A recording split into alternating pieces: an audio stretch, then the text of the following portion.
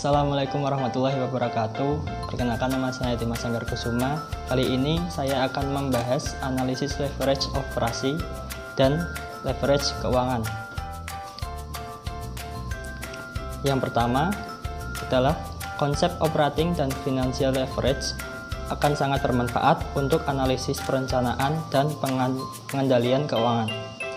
Dalam manajemen keuangan, leverage adalah penggunaan aset dan sumber dana oleh perusahaan yang memiliki biaya tetap dengan dimaksudkan agar meningkatkan keuntungan potensial pemegang saham. Perusahaan menggunakan operating dan financial leverage dengan tujuan agar keuntungan yang diperoleh lebih besar daripada biaya aset dan sumber dananya. Dengan demikian akan meningkatkan nilai perusahaan serta kekayaan pemegang saham. Selanjutnya pada bab ini yang dipelajari yaitu BEP atau break even point, DOL degree operating leverage, terus ada DFL degree financial leverage, dan yang terakhir ada DCL yaitu degree combined leverage. Yang pertama adalah BEP. BEP yaitu jumlah produksi atau penjualan yang dapat menghasilkan laba operasi atau EBIT, atau jumlah produksi yang menghasilkan jumlah total pendapatan sama dengan jumlah total biayanya.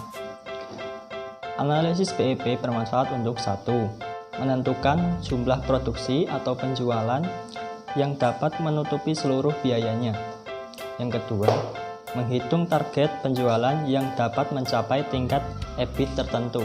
EBIT di sini yang dimaksud adalah earning before interest and tax, yaitu pendapatan sebelum bunga dan pajak. Selanjutnya ada pengertian leverage. Yang pertama, leverage operasi adalah tingkat kepekaan perubahan EBIT terhadap perubahan penjualan. Leverage operasi timbul akibat perusahaan yang dalam operasinya menggunakan biaya tetap. Dengan menggunakan operating leverage, perusahaan mengharapkan bahwa peningkatan penjualan akan meningkatkan laba sebelum bunga dan pajak atau EBIT. Multiplier efek dari penggunaan biaya tetap terhadap EBIT disebut degree of operating leverage atau DOL. Yang kedua ada leverage keuangan. Leverage keuangan yaitu perusahaan yang dalam operasinya menggunakan sumber dana yang ada biaya modal tetap atau bunga hutang. Penggunaan financial leverage diharapkan akan meningkatkan laba per lembar saham atau EPS, earning per share.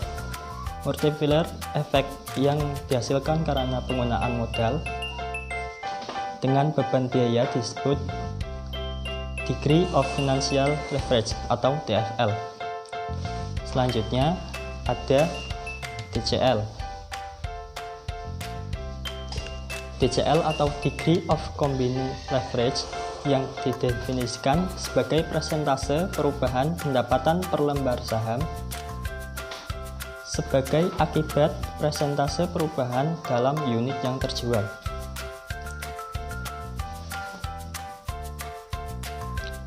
Kesimpulannya adalah analisis break even yang digunakan untuk menentukan jumlah penjualan dalam rupiah atau unit yang menghasilkan EBIT atau laba sebelum pajak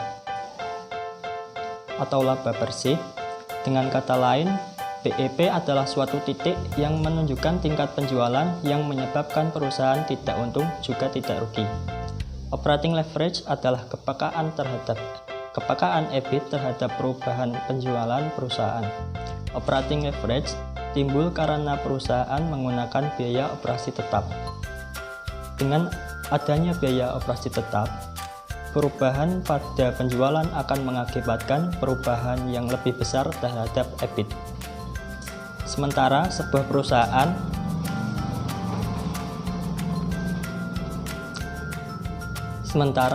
perusahaan dikatakan menggunakan financial leverage jika perusahaan membelanjai sebagian aktivanya dengan sekuritas yang membayar bunga yang tetap. Misalnya, hutang pada bank, menerbitkan obligasi atau saham preferen. Jika perusahaan menggunakan financial leverage atau hutang, perubahan pada EBIT atau laba sebelum pajak, perusahaan akan mengakibatkan perubahan yang lebih besar terhadap EPS atau penghasilan per lembar saham perusahaan. Sekian dan terima kasih. Wassalamualaikum warahmatullahi wabarakatuh.